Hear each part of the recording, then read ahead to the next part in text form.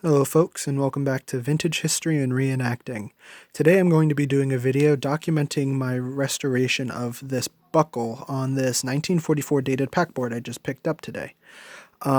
This is like I said, a 1944 pack that I got for about $40 with the two straps to connect to the buckles as well as the cross bands to go around. So for $40, it's a pretty good deal. But I also did realize that I would more than likely have to repair this. This is named, but where's it at? Yeah, there it is. So I would like to be as careful with this as possible, but I also would like to be able to use this for reenacting. The unfortunate part about this is the fact that nobody makes reproduction equipment for this. And another unfortunate thing about this piece of kit is that it's riveted. So even if I did want to replace these, yeah, I'd have to drill through that, risking cracking the plywood. I would like to sand this down lightly, repaint it, and refinish it so that way it can last years to come. But as I stated, it is named, and so the canvas I'm going to flip around so that way the name doesn't get worn out. And then these guys, I'm going to go to my local surplus store and see if I can find a replacement for this. And then also I'm going to be taking these over to my utility sink in my house and give these a good condition with some laundry detergent, because these things, I was trying to untie it and I heard I think it's the weft, is the up and down, no, warp weft. Weft is the yarn going up and down. I literally heard it cracking when so yeah, I would like to condition this and get this back to good and new. So what you're going to need for this, if God forbid you have to do this as well, I have OD7 thread, which matches this, surprisingly enough. I have a stitching awl, which I do use, sorry about that focusing, for canvas and leather.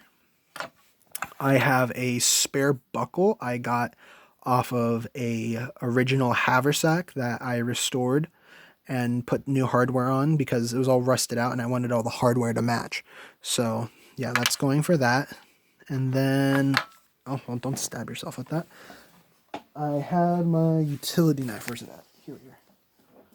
Just a little cobalt utility knife just to cut the threads and keep it all clean. I did just replace the blade.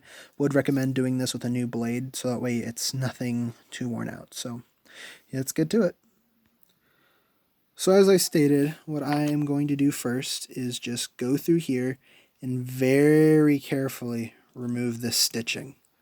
I am also going to wet it so that way the needle can go through easier, because as it's dry, it puts a lot more pressure on the needle and it also prevents it from cracking too much. And then afterwards, I'm going to move on to that. So I will be back. Alright folks, I just cut the thread, got this grody old busted thing out of here. Let's get that out of there. And then I am going to just thread this through, get it to like that.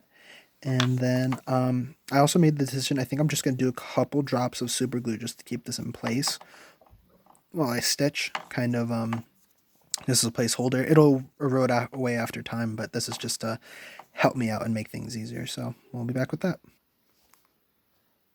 Alright guys, I threaded it on there. I have my super glue. I am literally just going to put a couple dollops right there to hold it in, let it sit for a bit, and then I'm going to get the stitching. Alright guys, so quick update. Stitching all out the window. I thought that would work. Too complicated, and I realized after how easily the thread needle was going with the stitching all that I could probably just get away with using a heavy duty needle and running it through this real quick and doing a couple lines of stitching. So that's what I'm going to do here. I will get back to you and let you know how it turns out. Alright guys, and that's the finished product.